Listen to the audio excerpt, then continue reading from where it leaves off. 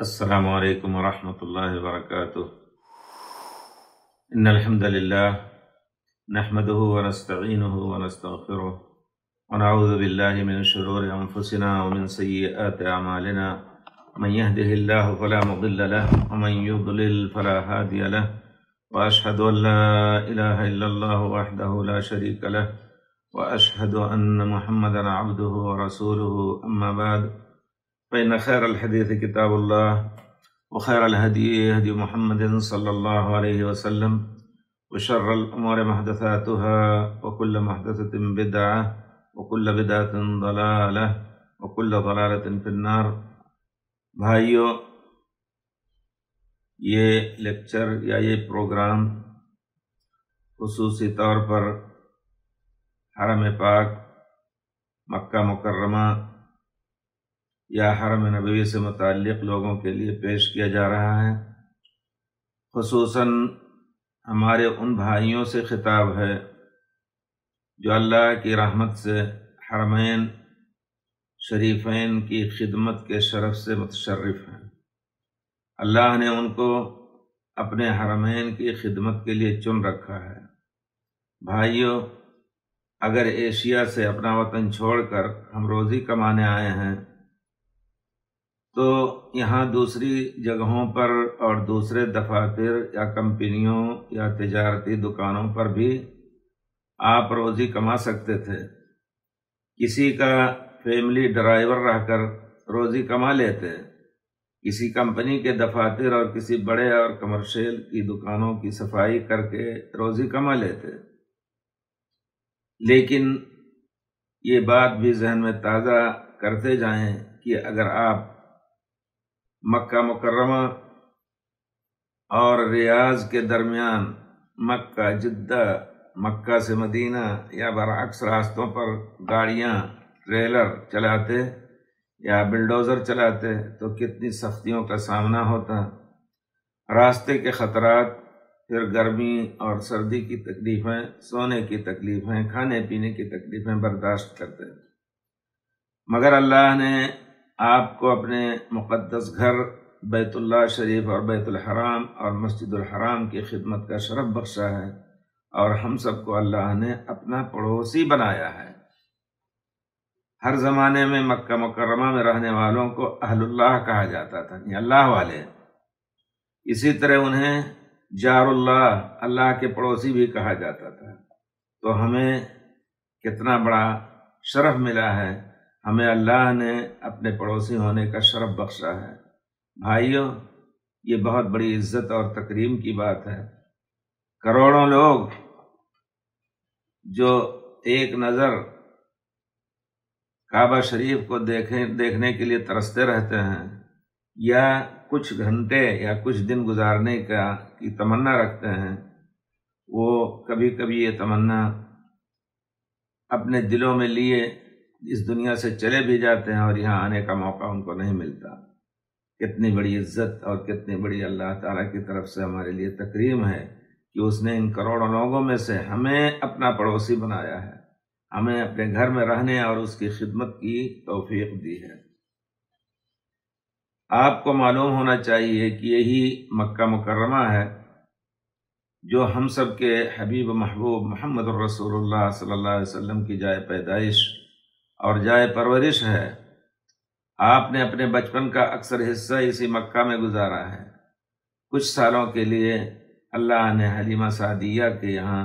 آپ کو رکھا اور حلیمہ سعدیہ کو آپ کی خدمت کا شرف بخشا۔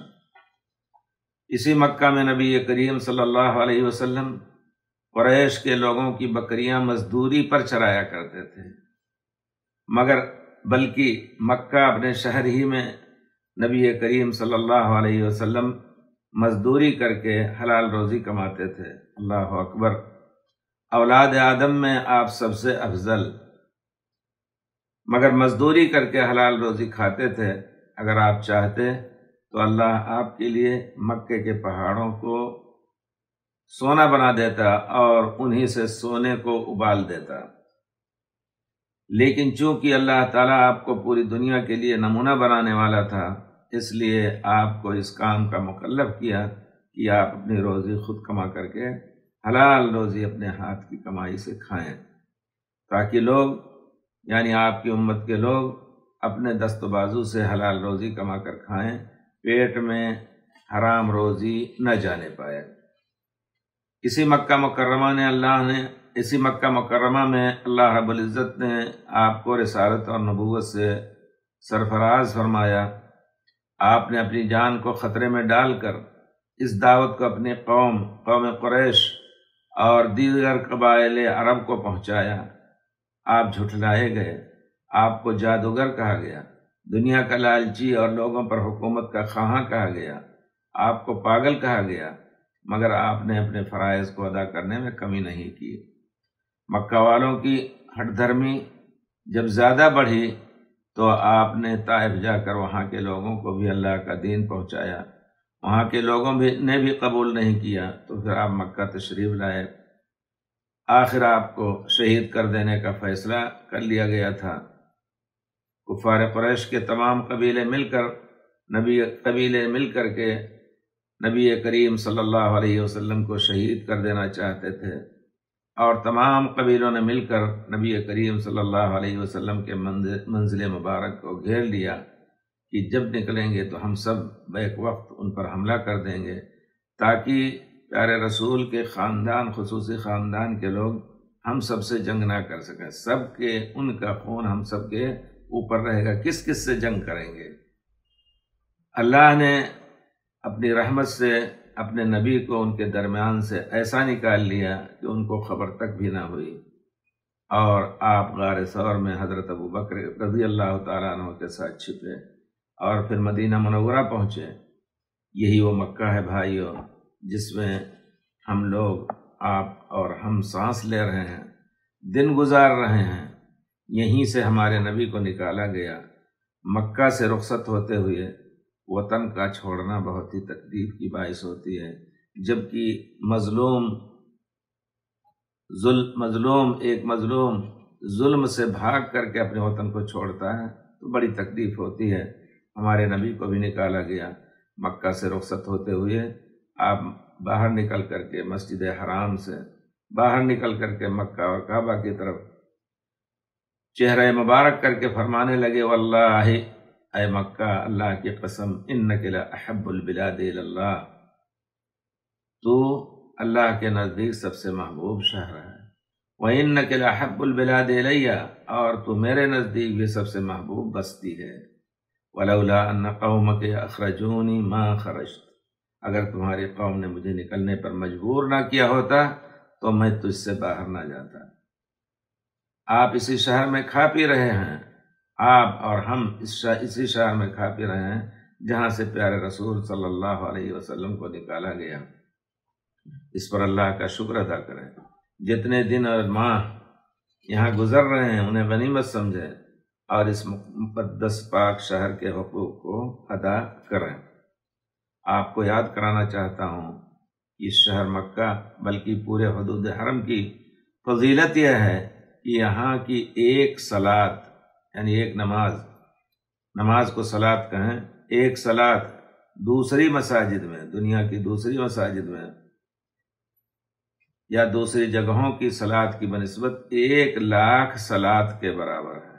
نبی کریم صلی اللہ علیہ وسلم کا فرمان ہے۔ صحابی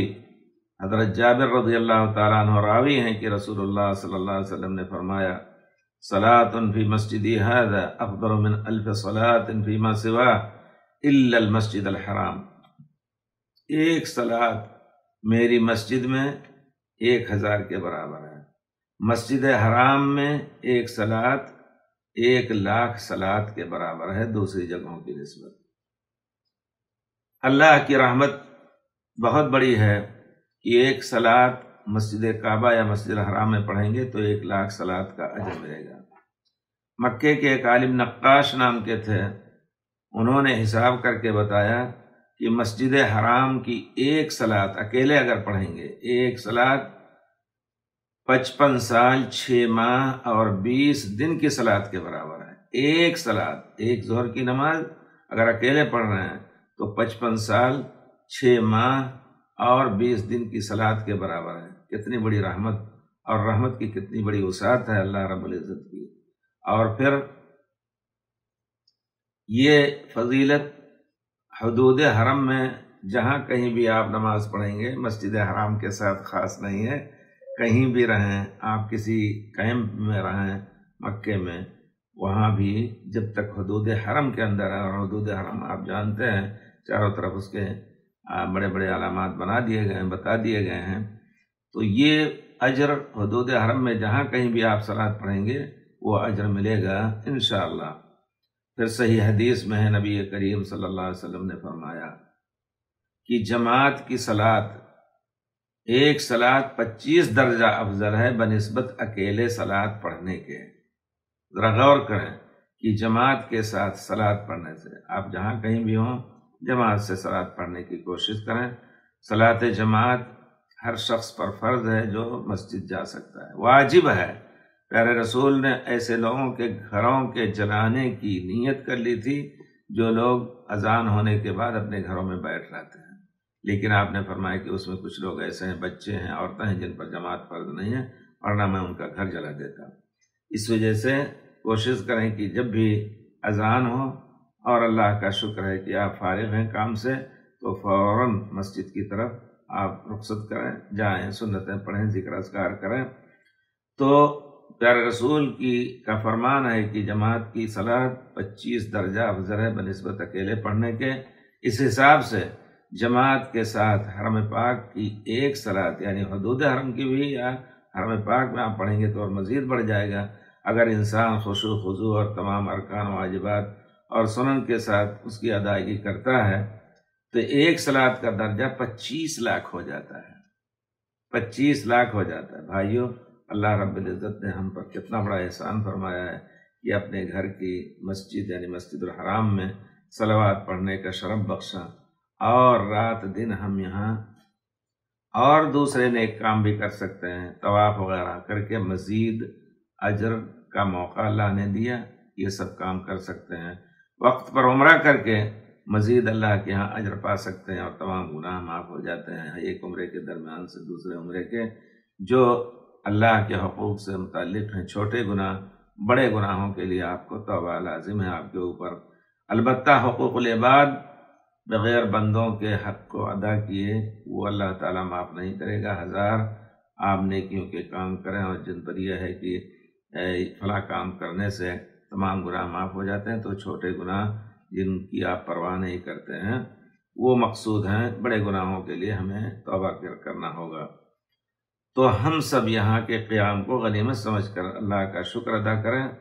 مگر ایک چیز یہ بھی یاد رکھیں کہ جس طرح یہاں نیکیاں بڑھائی جاتی ہیں، اسی طرح مکے کا ادنا گناہ بھی بہت بڑا گناہ ہو جاتا ہے۔ ذرا غور کیجئے، یہاں تک کہ اگر کسی شخص نے مکہ اور حدود حرم میں کسی برے کام کا صرف ارادہ کیا، دل میں نیت پیدا کی، اس کام کو کیا بھی نہیں، تو اس کا یہ ارادہ بہت بڑا گناہ بن جاتا ہے، اس سے توبہ لازم آتی ہے۔ اگر وہ گناہ کر لیا اس نے تو اس کا عذاب بہت ہی بڑا ہے۔ ارادہ کیا تب بھی بڑا گناہ، اور جب وہ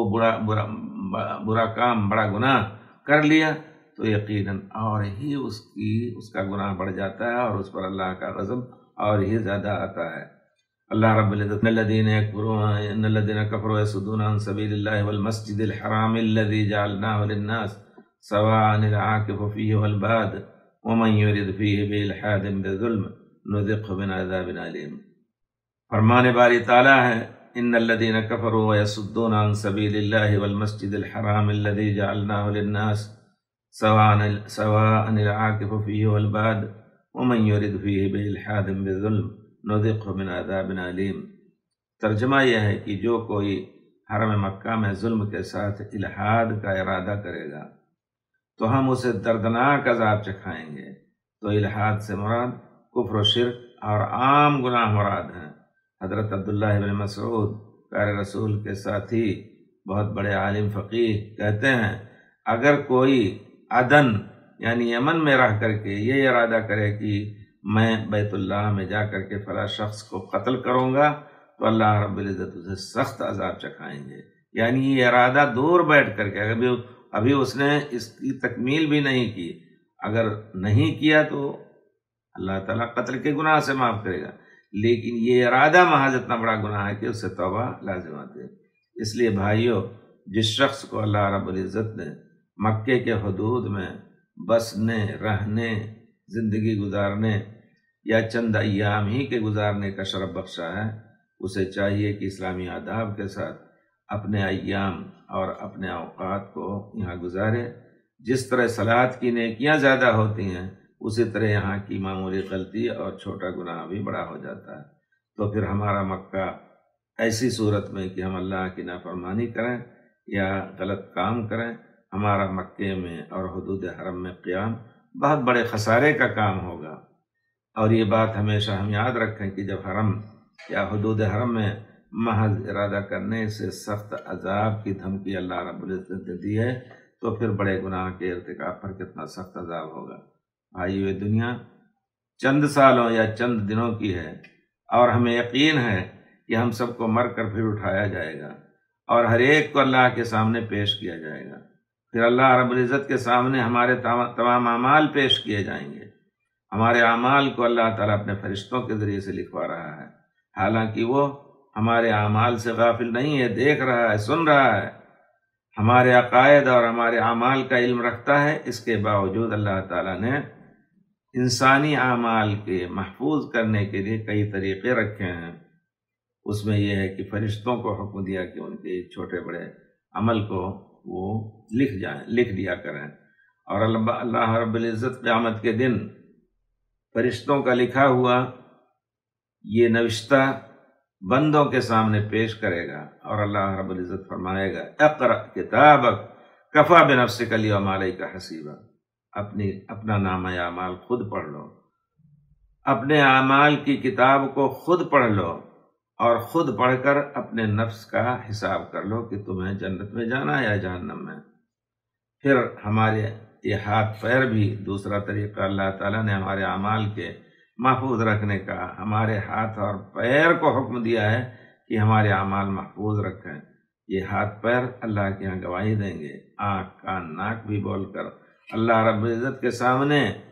ہر ایک عضو اپنے کام کو بتائے گا۔ فرمان باری تعالی ہے الیوم نختم علی افواہہم وتکلمنا ایدیہم وتشہد ارجلہم بما کانوا یکسبون۔ آج کے دن یعنی قیامت کے دن، فیصلے کے دن، تو ہم ان کے منہ پر مہر لگا دیں گے، بول نہیں سکتے، لیکن ہاتھ پیر، ان کے ہاتھ اور ان کے پیر گواہی دیں گے کہ ہم سے، ہمارے ذریعے سے یہ کام فلاں دن فلاں تاریخ کو کیا گیا۔ اللہ تعالیٰ قیامت میں حساب کے دن ہم لوگوں کے منہ پر مہر لگا دیں گے، اور پھر ہمارے ہاتھ پیر بات کریں گے اور گواہی دیں گے اللہ کے سامنے۔ حدیث شریف میں ہے، نبی کریم صلی اللہ علیہ وسلم فرماتے ہیں کہ قیامت کے دن بندے کے منہ پر مہر لگا دی جائے گی، اور اس کے اعضاء سے کہا جائے گا وَيُقَالُ لِأَرْكَانِهِ انطِقِي، اس کے اعضاء سے کہا جائے گا کہ بول کر بتاؤ تم نے کیا کیا کام کیے تھے، تو اعضاء گواہی دیں گے اللہ کے سامنے۔ وَيَوْمَ يُحْشَرُ أَعْدَاءُ اللَّهِ، اللہ تعالیٰ فرماتے ہیں وَيَوْمَ يُحْشَرُ أَعْدَاءُ اللَّهِ إِلَى النَّارِ فَهُمْ يُوزَعُونَ حَتَّى إِذَا جَاءُوهَا شَهِدَ عَلَيْهِمْ سَمْعُهُمْ وَأَبْصَارُهُمْ وَجُلُودُهُمْ بِمَا كَانُوا يَفْعَلُونَ وَقَالُوا لِجُلُودِهِمْ لِمَ شَهِدتُّمْ عَلَيْنَا قَالُوا أَنطَقَنَا اللَّهُ الَّذِي أَنطَقَ كُلَّ شَيْءٍ وَهُوَ خَلَقَكُمْ أَوَّلَ مَرَّةٍ وَإِلَيْهِ تُرْجَعُونَ۔ ترجمہ یہ ہے کہ اور جس دن اللہ کے دشمن دوزخ کی طرف لائے جائیں گے اور ان سب کو جمع کر دیا جائے گا، جب وہ جہنم کے پاس آ جائیں گے تو ان کے کان اور ان کی آنکھیں اور ان کے چمڑے یعنی کھال، ان کے تمام اعمال کی گواہی دیں گے۔ یہ لوگ اپنی کھالوں سے کہیں گے، اپنے چمڑوں سے کہیں گے کہ تم نے ہمارے خلاف کیوں شہادت دی؟ وہ جواب دیں گے کہ ہمیں اس اللہ نے بولنے کی طاقت دی اور حکم دیا جس نے ہر چیز کو بولنے کی طاقت بخشی ہے، اسی نے پہلی بار پیدا کیا ہے اور اسی کی طرف سب لوٹائے جاؤ گے۔ تو میرے بھائیوں، چونکہ اللہ رب العزت نے ہمیں صرف اپنی عبادت کے لیے ایک خاطر پیدا کیا ہے، جیسا کہ فرمان باری تعالی ہے وَمَا خَلَقْتُ الْجِنَّ وَالْإِنسَ إِلَّا لِيَعْبُدُونَ، میں نے جنوں اور انسانوں کو صرف اپنی عبادت کے لیے پیدا کیا ہے۔ تو ہمیں یہ جاننا ہوگا کہ وہ عبادت کیا ہے جس کے لیے ہمیں پیدا کیا ہے، کیا وہ چیزیں ہیں اور کیا عقیدے ہیں، کیا اعمال ہیں جو اللہ کی عبادت کے خلاف ہیں، اور کیا اعمال ہیں جو اللہ کی عبادت کے ہیں۔ تو اس کی ذمہ داری، اس کے سیکھنے اور معلوم کرنے کی ذمہ داری ہم سب پر عائد ہوتی ہے۔ پہلے تو واجب یہ بھی ہے کہ والدین اپنے بچوں کو یہ سب چیزیں بچپن ہی میں سکھائیں، اور اسلامی آداب، آپ جانتے ہیں کہ 7 ہی سال کی عمر میں ان کو نماز اور صلاۃ پڑھانے کا حکم دیا گیا۔ 10 سال کے ہو جائیں نہ پڑھیں تو ان کو سختی سے مار پیٹ کر کے پڑھایا جائے گا۔ تو اس کا معنی یہ ہے کہ والدین یا جو ان کے پالنے والے ہیں، مربی ہیں، یا جن کو اللہ تعالیٰ نے جن کی خدمت، جن کو ان کی تربیت میں دیا ہے، کوئی آدمی یتیم ہے اور کچھ ہے، ہر ایک کے اوپر واجب ہے کہ اپنے ماتحت کے بچوں کو بچپن ہی میں یہ سب اس طرح طہارت کریں، کس طرح وضو کریں۔ 7 سال کی نماز پڑھنے کا حکم ہے، اس کا معنی یہ ہے کہ نماز کا اور صلاۃ کا طریقہ بھی ان کو سکھائیں۔ تو اگر نہیں سیکھا ہے تو بڑا ہو کر کے اس کے اوپر واجب ہے کہ وہ خود سیکھے، جا کر کے پتہ لگائے کہ عبادت کے کیا گر ہیں، عبادت کے کیا طریقے ہیں، کیا چیز ہے جو حلال ہے، کیا چیز ہے جو حرام ہے۔ تو ان سب اشیاء کا علم سیکھیں جن سے اللہ کی عبادت کا طریقہ معلوم ہو۔ اسی علم اور تعلم کا حکم اللہ رب العزت نے اس پہلی آیت میں نبی کریم صلی اللہ علیہ وسلم اور آپ کی امت کو دیا ہے۔ وہ آیت وہ آیتیں پہلی آیتوں میں جو اللہ تعالیٰ نے حکم دیا ہے، اور وہ آیتیں جو نبی کریم صلی اللہ علیہ وسلم پر غار حرا میں نازل ہوئی۔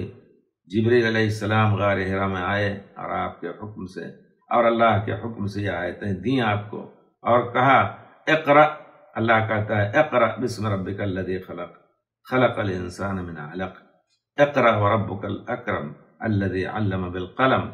علم الانسان ما لم یعلم، اپنے رب کے نام سے پڑھو، تیرا رب بہت ہی کرم والا ہے جس رب نے علم کے ذریعے سکھایا۔ اپنے رب کے نام سے پڑھو جس نے پیدا کیا، اور جس نے انسان کو خون کے لوتھڑے سے پیدا کیا۔ تو پڑھتا رہا، تیرا رب بہت ہی کرم والا ہے جس نے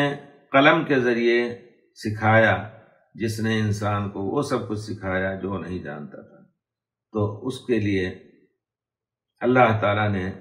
ہمیں سکھانے کے لیے، اس علم کے لیے پورا قرآن اللہ تعالیٰ نے نازل فرمایا، جس میں دنیا و آخرت کے ہر نفع بخش علم کی ہدایت ہے۔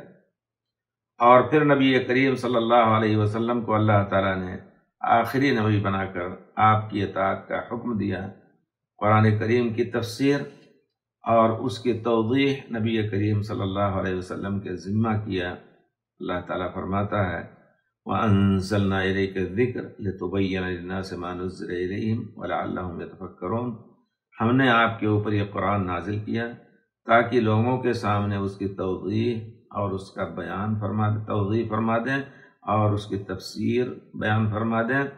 اور تاکہ یہ لوگ غور و فکر کریں۔ اور پھر بڑی تاکید سے اللہ رب العزت نے حکم دیا وَمَا كَانَ لِمُؤْمِنٍ وَلَا مُؤْمِنَةٍ اذا قضى الله ورسوله امرا ان يكون لهم الخيارة من امرهم ومن يعص الله ورسوله فقد ضل ضلالا مبینا، یعنی اللہ اور رسول جب کسی چیز کا فیصلہ کر دیں تو کسی ایمان والے مرد یا ایمان والی عورت کو، کسی ایمان والے مرد عورت کو ان کے کسی معاملے میں کوئی اختیار باقی نہیں رہ جاتا کہ اس کو لیں یا نہ لیں۔ اللہ رسول کا حکم لینا ہی ہے۔ آپ سے قبل ہر نبی کا یہی منصب تھا کہ ان کی امت ان کی اتباع کرے۔ اللہ رب العزت فرماتا ہے وما ارسلنا من رسول الا لیطاع باذن اللہ، ہم نے جو بھی رسول بھیجا ہے، 1,24,000 کا ذکر آتا ہے صحیح احادیث میں، اللہ تعالیٰ نے انبیاء بھیجے، ہم نے جو بھی رسول بھیجا ہے تو اس مقصد سے کہ اللہ کے حکم سے ان کی اطاعت کی جائے۔ تو چونکہ اللہ نے ہم سب کو علم حاصل کرنے کا حکم دیا ہے، جیسا کہ نبی کریم صلی اللہ علیہ وسلم نے فرمایا طلب العلم فریضۃ علی کل مسلم، ہر مسلمان مرد و عورت پر علم کا سیکھنا فرض ہے۔ ہر مسلمان کے اوپر ارکان اسلام فرض ہیں۔ بعض ارکان تو ہر لمحہ اور سانس کے لیے فرض ہیں، جیسے توحید باری تعالیٰ اور صلوات خمسہ، 5 وقت کی صلات، فجر، ظہر، عصر، مغرب، عشاء، اور بعض اطاعتیں یا بعض واجبات سال میں ایک مرتبہ فرض ہیں، جیسے کہ صوم رمضان، اور بعض ارکان اسلام ان میں سے ایک زندگی میں ایک بار فرض ہے، جیسا کہ بشرط اطاعت، جیسا کہ اللہ تعالیٰ نے فرمایا ہے وَلِلَّهِ عَلَى النَّاسِ حِجُّ الْبَيْتِ مَنِ اسْتَطَاعَ إِلَيْهِ سَبِيلًا، جو وہاں پہنچ سکتا ہے ان کے اوپر زندگی میں ایک بار فرض ہے، اور بعض بشرط ملکیت و مالیت فرض ہیں، یا بعض ارکان یا کوئی رکن بشرط ملکیت و مالیت فرض ہے، جیسے زکوٰۃ۔ تو ہر مسلمان مرد و عورت کے لیے اوقات اور فرصت کے بعد ان کے بارے میں علم سیکھنا ضروری ہے۔ اگر اللہ نے موقع دیا، عقل سلیم ہے، تو سب سے پہلے اس طرف توجہ کرے کہ ان سب کے بارے میں سیکھے، جس کا ہر وقت ادا کرنا ہمارے اوپر واجب ہے۔ لیکن جو وقتی طور پر ہے، جیسے حج سال میں ایک مرتبہ، تو اس وقت تک حج کے تمام اعمال کا سیکھنا واجب نہیں ہوگا، جب تک اس کے پاس اتنا پیسہ نہ ہو جائے کہ وہ حج کرے۔ تو جب پیسہ ہو جائے تو فوراً حج کرنا چاہیے، کوشش یہ ہونی چاہیے، اور اس وقت سیکھے کہ ہمیں کیسے احرام باندھنا ہے، احرام کے کیا آداب ہیں، کیا شروط ہیں، اور کن چیزوں کو ملحوظ رکھ کر کے ہمیں وہاں اور کیا کچھ جا کر کے کرنا ہے، عمرہ کس طرح کرنا ہے، یہ سب چیزیں بہرحال اس وقت سیکھنا ہوگا جبکہ اللہ تعالیٰ نے اتنا مال دیا ہو کہ حج کر سکے۔ تو اس کے علاوہ پوری دین کا وسیع علم کا سیکھنا ہر شخص پر فرض نہیں ہے، اس کے لیے اللہ تعالیٰ نے کچھ لوگوں کو خاص کر رکھا ہے۔ امت میں کچھ ایسے لوگ ہونے چاہیے جو وسیع علم سیکھ کر کے لوگوں کو ان کی ضرورتوں کے تحت ان کو فتوی دیں، ان کی ہدایت کریں۔ تو ہم جانتے ہیں کہ اسلام کی بنیاد 5 ستونوں پر ہے۔ سب سے پہلا رکن اور ستون لا الہ الا اللہ محمد الرسول اللہ ہے، دوسرا صلاۃ کو قائم کرنا ہے، تیسرا صوم رمضان، چوتھا زکوٰۃ، پانچواں حج۔ اس میں سے سب سے اہم رکن اور ستون لا الہ الا اللہ محمد الرسول اللہ ہے۔ جب تک اس پر یقین نہ کر لے اور اس پر عمل نہ کرنے لگے، تب تک دوسرے اعمال قبول نہیں ہوں گے۔ ایک کافر اگر صلاۃ بھی پڑھ رہا ہے تو اور لا الہ الا اللہ محمد رسول اللہ کا انکار نہیں کر رہا ہے، تو کیا پڑھے گا اس میں؟ یعنی اگر الحمدللہ رب العالمین کہے گا ایاک نعبد، تو ظاہر بات ہے لا الہ الا اللہ کا معنی اس میں ہے۔ لیکن اگر صلاۃ پڑھ رہا ہے لوگوں کو دکھانے کے لیے، یا یہ جس طرح منافقین پڑھتے تھے اور اس پر یقین نہیں رکھتے تھے لا الہ الا اللہ محمد رسول اللہ پر، تو ان کی نماز ان کے منہ پر مار دی جائے گی۔ اور کوئی بھی عمل اگر اللہ کی وحدانیت اور پیر رسول کی رسالت پر یقین نہیں ہے اس کو، تو کوئی عمل اس کا قبول نہیں ہوگا، جیسا کہ اللہ تعالیٰ نے کئی جگہوں پر کلام پاک میں اس کا ذکر فرمایا ہے۔ تو جس کا معنی یہ ہے کہ لا الہ الا اللہ کا معنی ہے کہ اللہ رب العزت کے علاوہ کوئی بھی عبادت کا مستحق نہیں ہے۔ اگرچہ لوگ ناحق دوسروں کی عبادت کرتے ہیں، لیکن وہ ان کو حق نہیں ہے کہ وہ عبادت کریں۔ اس وجہ سے لا الہ الا اللہ یعنی اللہ کے علاوہ کوئی عبادت کا مستحق نہیں ہے۔ مگر وہ کچھ لوگ ایسے ہیں جو اللہ کے علاوہ کے لوگوں کی عبادت کرتے ہیں، حالانکہ وہ عبادت کے مستحق نہیں۔ جھوٹ اور باطل طور پر لوگ ان کی عبادت کرتے ہیں، اور یہی چیز میرے بھائیوں عین شرک ہو جاتی ہے، جس کے بارے میں اللہ رب العزت نے اپنے کلام پاک میں واضح طور پر فرما دیا ہے ان اللہ لا یغفر ان یشرک بہ ویغفر ما دون ذلک لمن یشاء۔ بے شک اللہ لا یغفر ان یشرک بہ، اللہ تعالیٰ اپنے ساتھ کیے ہوئے شرک کے گناہ کو ہرگز معاف نہیں کرے گا۔ فیصلہ کر لیا ہے اس نے کہ معاف نہیں کرے گا، اور اس کے علاوہ جتنے گناہ ہیں ان کو معاف کرنا چاہے تو معاف کر دے گا، اور اگر اس پر مواخذہ کرنا چاہے تو لا الہ الا اللہ کے ساتھ ان کو جہنم میں ڈال کر کے گناہوں سے پاک کر کے نکال کر کے پھر جنت میں ڈالے گا۔ لیکن جس نے لا الہ الا اللہ نہیں کہا، انہ من یشرک باللہ، جس نے اللہ کے ساتھ شرک کیا، فقد حرم اللہ علیہ الجنہ، اللہ تعالیٰ نے جنت کو اس کے اوپر حرام کر دیا ہے۔ تو اللہ تعالیٰ نے فیصلہ کر رکھا ہے کہ کسی حالت میں شرک معاف نہ ہوگا جب تک انسان ہوش و حواس اور عقل کی حالت میں ہے۔ تو اس کو چاہیے کہ اگر کوئی گناہ کر لیتا ہے تو فوراً توبہ کرے۔ جان کنی کے وقت کی توبہ قبول نہیں ہوگی، جیسے کہ بہت سے لوگ، جس طرح فرعون تھا، خود جب ڈوبنے لگا تو کہتا ہے آمنتو،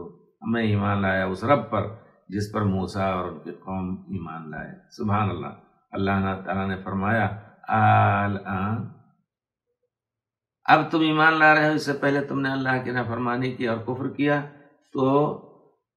ہوش و حواس جب تک ہیں، ہمیں چاہیے کہ ہم اپنے تمام اعمال کا حساب لیں اپنے اوپر، اور روزانہ کا روزانہ سوچیں کہ ہم نے آج کس کے اوپر ظلم کیا ہے، نہ غیبت کی ہے، کیا کیا ہے، ہم اس کا حساب لیں۔ اسی طرح خدا نخواستہ اگر ہمارا عقیدہ شرک کا ہے تو ہم فوری طور پر توبہ استغفار کریں اور جان لیں کہ شرک کیا ہے۔ واضح ہے بالکل کہ اللہ کے ساتھ آگے ہم اس کی تفصیل کچھ ذکر کریں گے انشاءاللہ۔ تو فوراً توبہ کر کے دیکھیے بھائیو، ہم نے دیکھا کتنے لوگ آئے یہاں دنیا کی روزی کمانے کے لیے، لیکن اللہ کا فضل ان کے ساتھ ایسا ہوا کہ وہ وہاں قبروں پہ جا کر کے ان سے مددیں مانگتے تھے، نظر و نیاز چڑھاتے تھے، ان کے والدین، ان کے خاندان کے لوگ وہی سب کچھ کرتے تھے، لیکن یہاں اللہ نے ان کو توحید کی بھی روزی دی۔ یہ اس مبارک حکومت کا ایک بہت بڑا الحمدللہ احسان ہے کہ اس نے انتظام کر رکھا ہے لوگوں کو صحیح دین سکھانے کا۔ اللہ تعالیٰ ہم سب کو اس موقع سے کو غنیمت سمجھ کر کے صحیح دین سیکھنے کی توفیق دے۔ تو آپ جان لیں کہ آخر وقت کی یا جانکنی کے وقت کی توبہ قبول نہ ہوگی جبکہ انسان اس حالت میں ہوتا ہے کہ دنیا اور آخرت دونوں اس کے سامنے پیش کر دیے جاتے ہیں۔ اس وقت ایمان بالغیب نہیں رہ جاتا ہے بلکہ دیکھی ہوئی چیز پر ایمان ہوتا ہے۔ تو اللہ تعالیٰ نے اور آپ کے رسول صلی اللہ علیہ وسلم نے مستقبل میں قیامت میں جنت و جہنم کے بارے میں جو خبریں دی ہیں ان پر ایمان لانا ایک مومن پر فرض ہے۔ الذین یؤمنون بالغیب ویقیمون الصلاۃ ومما رزقناہم ینفقون، جو لوگ غیب پر ایمان لاتے ہیں اور اللہ نے جو کچھ دیا ہے اس میں سے خرچ کرتے ہیں، وہ ہمارے نیک بندے ہیں۔ اللہ کا فرمان ہے کہ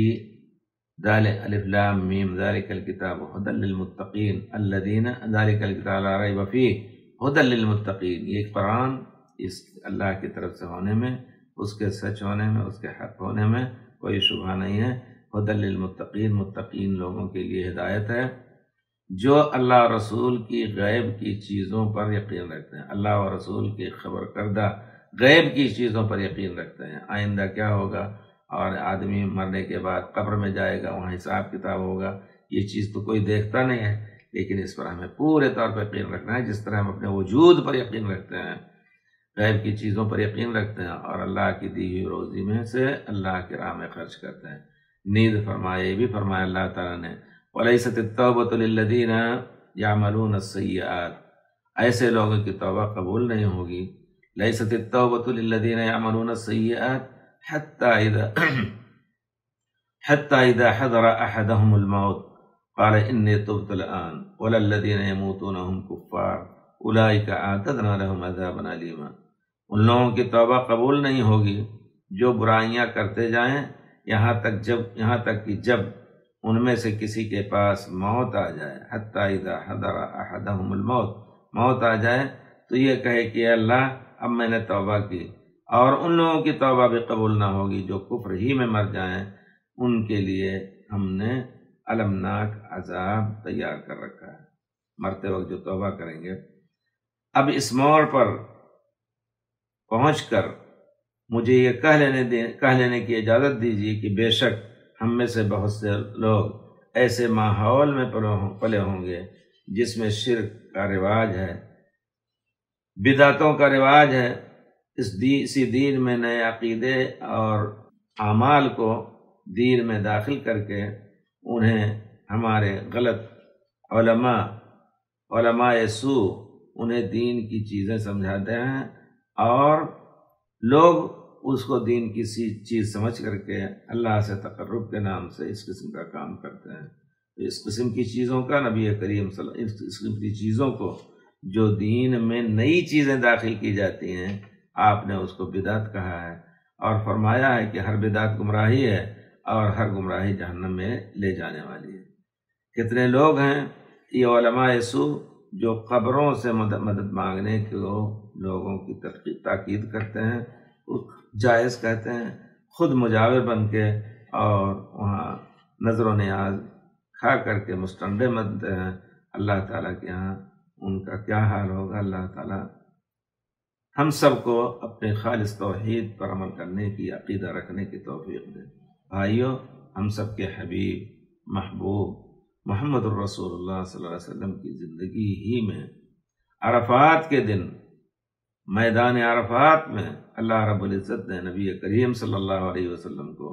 اور آپ کی امت کو خوشخبری دی، الیوم اکملت لکم دینکم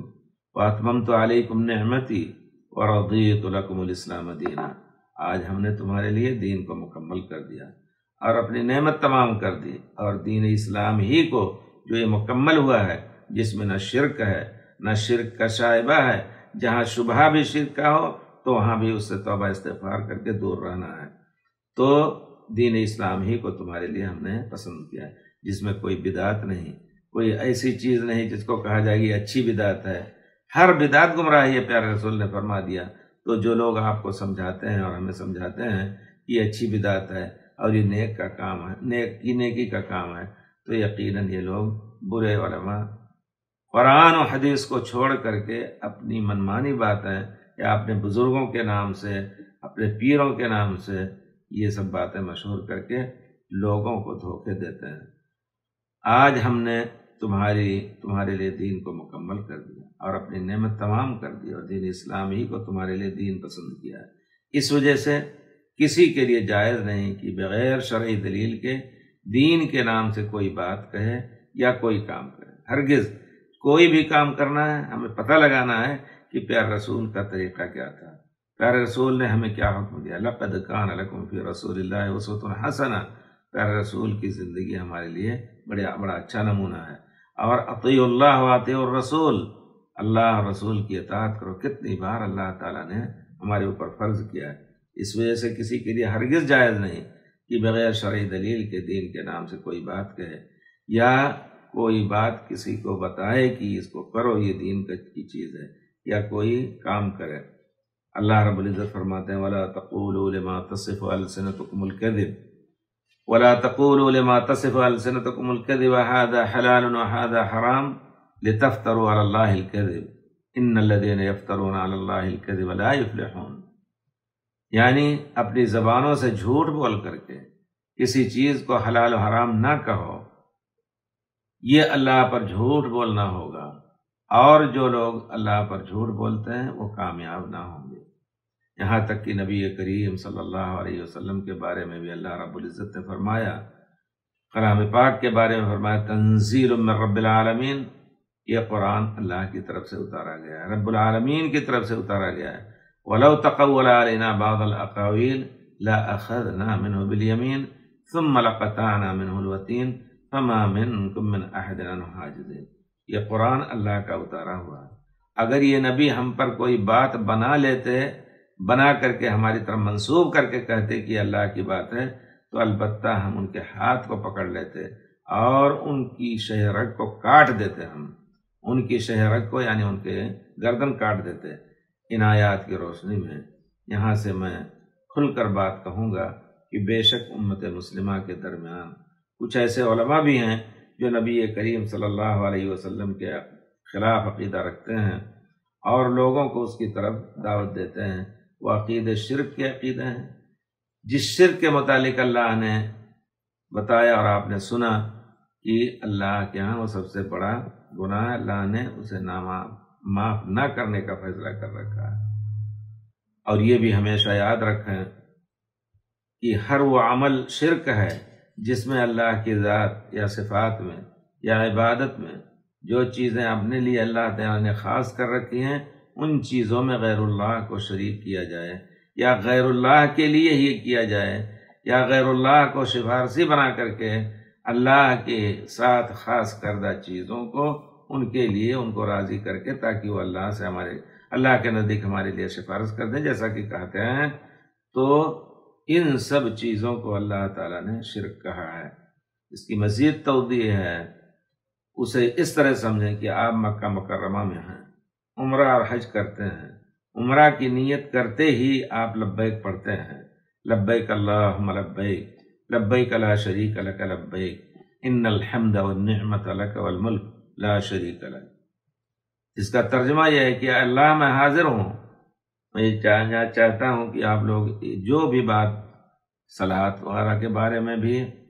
الحمد وغیرہ کو ترجمہ کے ساتھ سن کر پڑھ کر اس کے معنی ذہن میں رکھ لیں۔ جو صورتیں چھوٹی آپ پڑھتے ہیں صلاۃ میں، اگر آپ بڑی صورتیں نہیں یاد ہیں تو چھوٹی ہی پڑھ کر کے آپ صلاۃ پڑھتے ہیں، تو ان سب کا ایک مفہوم لوگوں سے سن کر کے، اور اگر آپ پڑھ سکتے ہیں تو اس کا ترجمہ ذہن میں رکھ کر کے اور پھر اللہ کے سامنے کھڑے ہوں۔ اسی طرح لبیک وغیرہ کا معنی بھی سمجھ لیں۔ لبیک کا معنی کیا ہے؟ اے اللہ میں حاضر ہوں،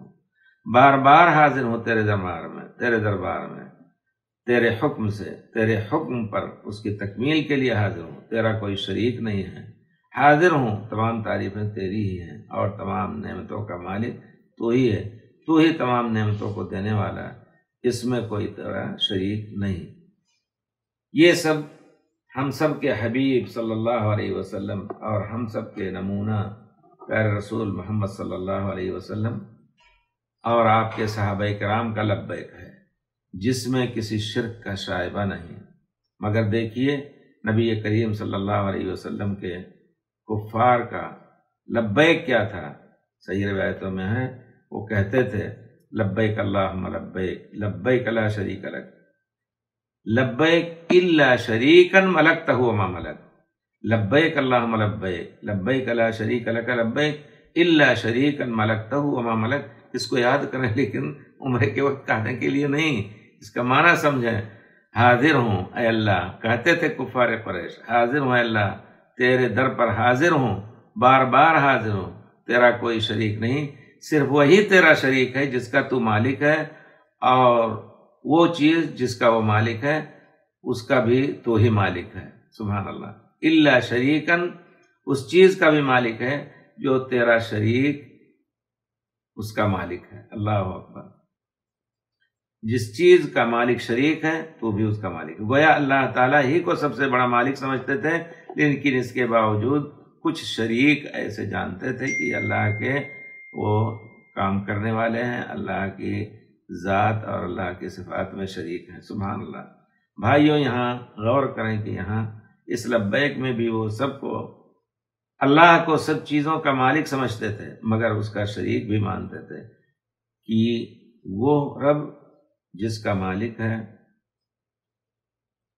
اور وہی ہمیں لے کر کے اللہ تعالیٰ سے دے گا۔ قرآن کریم کے کئی آیتوں میں اللہ تعالیٰ نے فرمایا ہے کہ اگر ان سے پوچھا جائے کہ زمین و آسمان کو کس نے پیدا کیا ہے، چاند و سورج تمہارے فائدے کے لیے کس نے تمہارے لیے مسخر کیا ہے، تو ضرور یہی بات کہیں گے کہ اللہ ہی نے پیدا کیا ہے۔ اگر ان سے پوچھا جائے کہ آسمان سے پانی اتار کر زمین کے سوکھ جانے کے بعد اس میں پودے اگائے تو کس نے اس پودوں کو اگایا ہے، تو ضرور کہیں گے یا کہتے ہیں کہ اللہ ہی نے پیدا کیا ہے۔ آپ کہہ دیں اللہ کے رسول، اللہ کا شکر ہے، مگر اکثر لوگ علم نہیں رکھتے، یعنی یہ سب یقین رکھتے ہوئے بھی علم جو حقیقی علم ہے اللہ کے بارے میں وہ علم نہیں رکھتے۔ تو پھر اللہ تعالیٰ جب تم اس کا اعتراف کرتے ہو تو تم حقیقت سے دور کیوں بتوں کی عبادت کرتے ہو؟ اور پھر ان کی عبادت کیا تھی؟ ان کی عبادت یہ تھی کہ جو سجدہ اللہ کے ساتھ خاص ہے وہ سجدہ ان غیر اللہ کو کرتے تھے۔ جو نظر و نیاز اللہ کے لیے خاص ہے، نبی کریم صلی اللہ علیہ وسلم کے لائے ہوئے دین میں غیر اللہ کے لیے نظر و نیاز جائز نہیں، وہ نظر و نیاز، وہ سجدے بتوں کے لیے کیا کرتے تھے۔ نفع اور نقصان کی امید، نفع نقصان کا مالک صرف اللہ ہے، لیکن نفع و نقصان کی امید یا نفع اٹھانے کی امید اور نقصان سے بچنے کی امید صرف اللہ سے کرنی چاہیے، لیکن وہ غیر اللہ اور بتوں سے کیا کرتے تھے۔ فرمان باری تعالی ہے لا تسجدوا للشمس ولا للقمر واسجدوا للہ الذی خلقہن، سورج اور چاند کو سجدہ نہ کرو، صرف اس رب کو سجدہ کرو جس رب نے ان سب کو پیدا کیا ہے۔ اور اللہ نے اپنے رسول کو حکم دیا کہ آپ لوگوں سے کہہ دیں ان صلاتی و نسکی و محیایا و مماتی للہ رب العالمین لا شریک لہ وبذلک امرت، بے شک میری صلاۃ اور میرا ذبح کرنا، میری زندگی اور موت صرف اللہ ہی کے لیے ہے، اس کا کوئی شریک نہیں ہے، اور اسی عقیدہ اور عمل کا حکم مجھے دیا گیا ہے۔ اللہ تعالیٰ نے یعنی اللہ رب العزت نے فرمایا، جس آیت کا ترجمہ یہ ہے کہ اللہ رب العزت نے فرمایا کہ جن لوگوں نے اللہ کے علاوہ کسی اور کو مددگار بنا رکھا ہے، یعنی اللہ سے اپنی ضروریات اور اپنی حاجات کو پوری کرنے کے لیے اللہ کے علاوہ اللہ سے طلب کرنے کے بجائے غیر اللہ سے طلب کرتے ہیں جو لوگ، جب ان سے پوچھا جائے کہ ان غیر اللہ کی عبادت، سجدہ اور نظر و نیاز اور حاجات و ضروریات کے وقت ان کو پکارتے ہو اور ان سے مصیبتوں کے دور کرنے کی طلب کرتے ہو، تو یہ تو خود اللہ کے بندے ہیں، تو وہ کہتے ہیں کہ اللہ کے بندے ہیں، ما نعبدہم الا، یعنی یہ خود اللہ کے بندے اور اللہ سے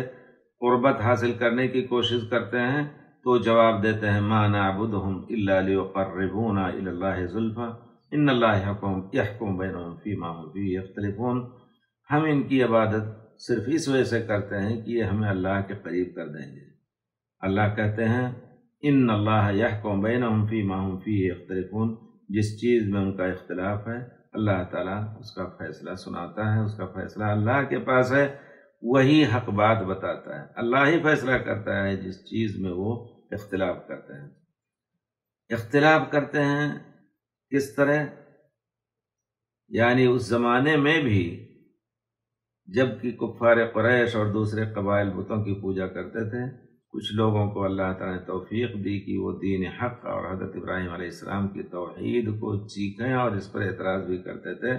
تو اسی کی طرف اشارہ اللہ تعالیٰ نے فرمایا ہے کہ اللہ فیصلہ سناتا ہے اس چیز میں جس میں اختلاف کرتے ہیں کہ کون سی چیز حق ہے اور کون سی چیز باطل ہے۔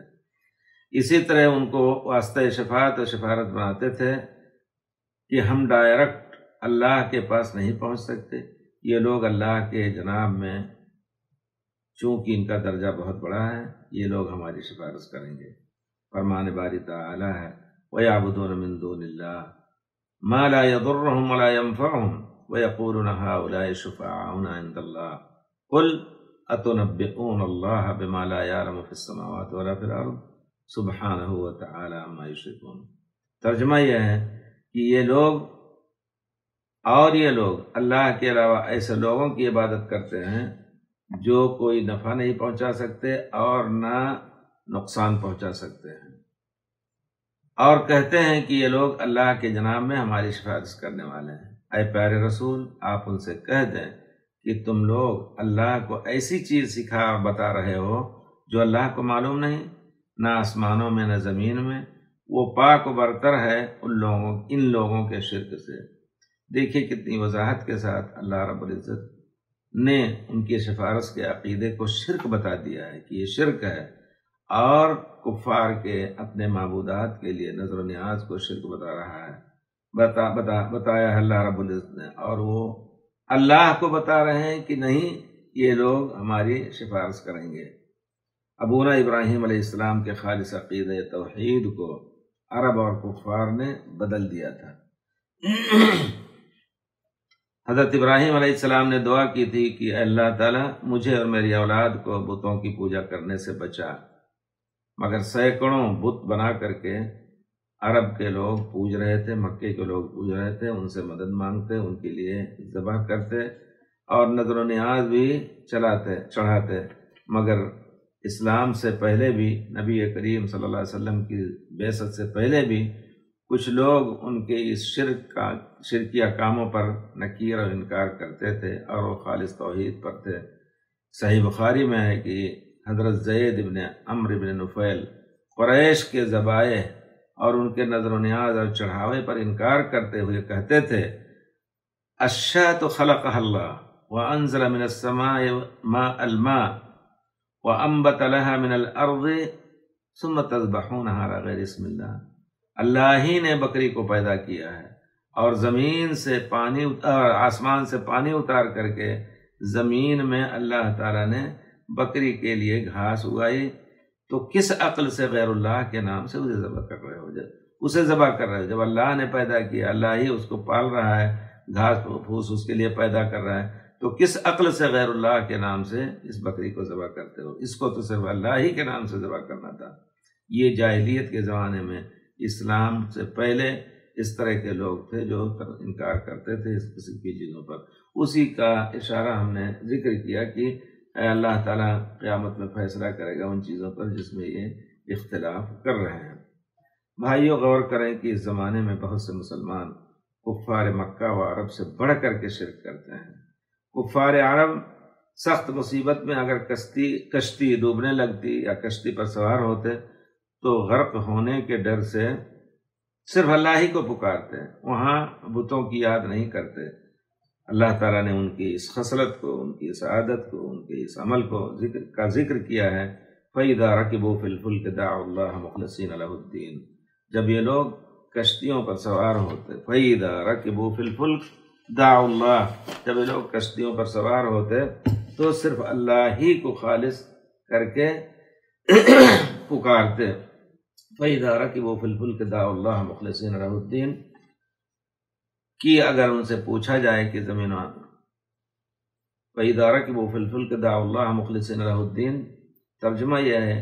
کہ جب یہ کشتیوں پر سوار ہوتے تو صرف اللہ ہی کو خالص توحید کر کے اور اللہ ہی سے مدد مانگتے، اللہ ہی کو پکارتے۔ مگر آج کے بہت سے مسلمان، خصوصاً انڈیا،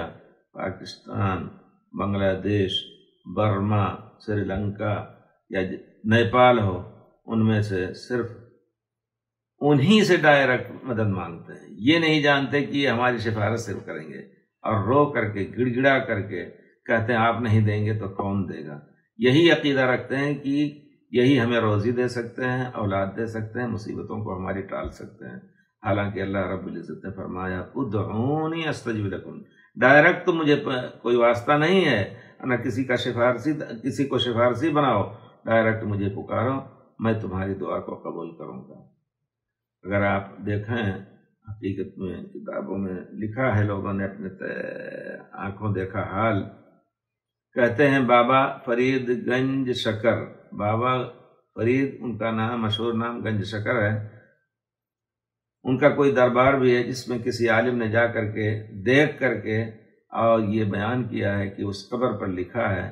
تیرے در پر سجدہ ریزی یہی میری بندگی ہے، تیرے در پہ سجدہ ریزی یہی میری بندگی ہے کہ ذرا لپٹ کے رو لوں تیرے سنگ آستاں پر۔ اللہ اکبر۔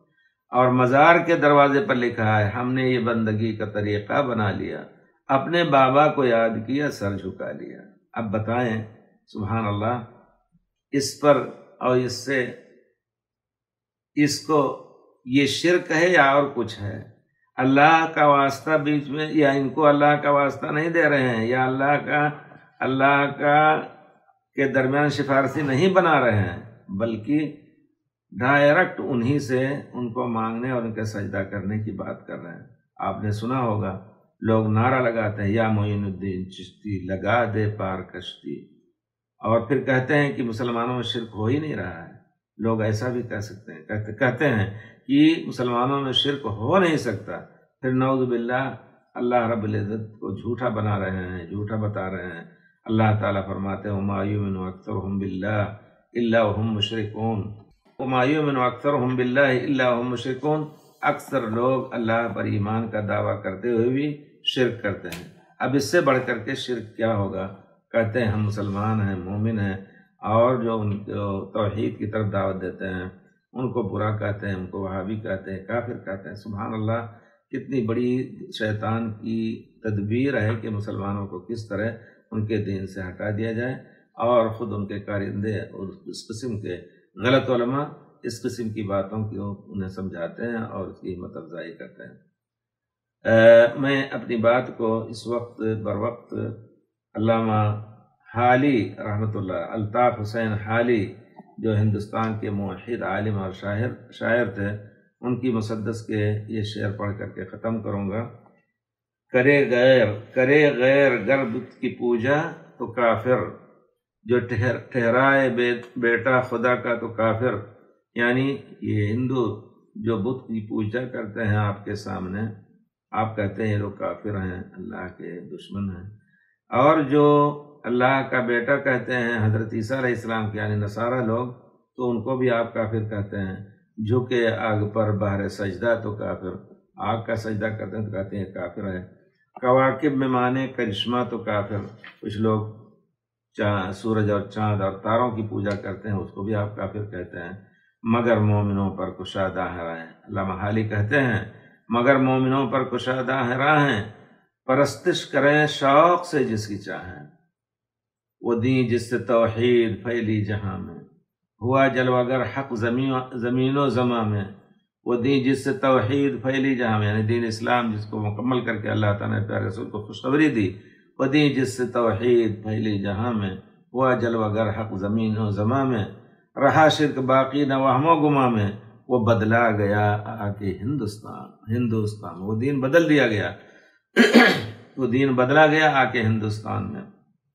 ہمیشہ سے اسلام تھا جس پہ نازا، وہ دولت بھی کھو بیٹھے آخر مسلمان، نبی کو جو چاہیں خدا کر دکھائیں، اماموں کا رتبہ نبی سے بڑھائیں، مزاروں پہ دن رات نظریں چڑھائیں، شہیدوں سے جا کے شہیدوں سے جا کے مانگیں دعائیں، نہ توحید میں کچھ خلل اس سے آئے، نہ اسلام بگڑے نہ ایمان جائے۔ سبحان اللہ۔ تو ہمیں چاہیے بھائیوں کہ ہم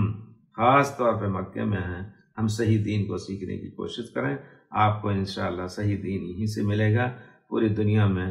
ان لوگوں سے ملے جو کتاب اللہ اور سنت رسول کی دعوت دیتے ہیں، جن کو مجھے یقین ہے کہ اس کیمپ میں بھی آپ کے یا جو حرم پاک کی خدمت کے لیے مقرر ہیں، ان میں بھی کچھ لوگ ایسے ہوں گے جو ایسے لوگوں کو جو توحید کی طرف دعوت دیتے ہیں، ان کو غیر مقلد، وہابی، گمراہ اور جہنمی سب کچھ کہہ کر کے خوش ہو لیتے ہوں گے، لیکن اللہ ہی فیصلہ کرتا ہے کیا چیز حق ہے۔ اللہ تعالیٰ ہم سب کو توفیق دے کہ ہم دین کے تمام امور کو سیکھیں۔ بہت کچھ باتیں کہنی تھی، آئندہ اگر توفیق ہوئی تو کچھ حرم پاک کے متعلق جو آپ کا فریضہ ہے اس کو کیسے ادا کریں، اس کے بارے میں بھی کچھ انشاءاللہ ذکر کروں گا۔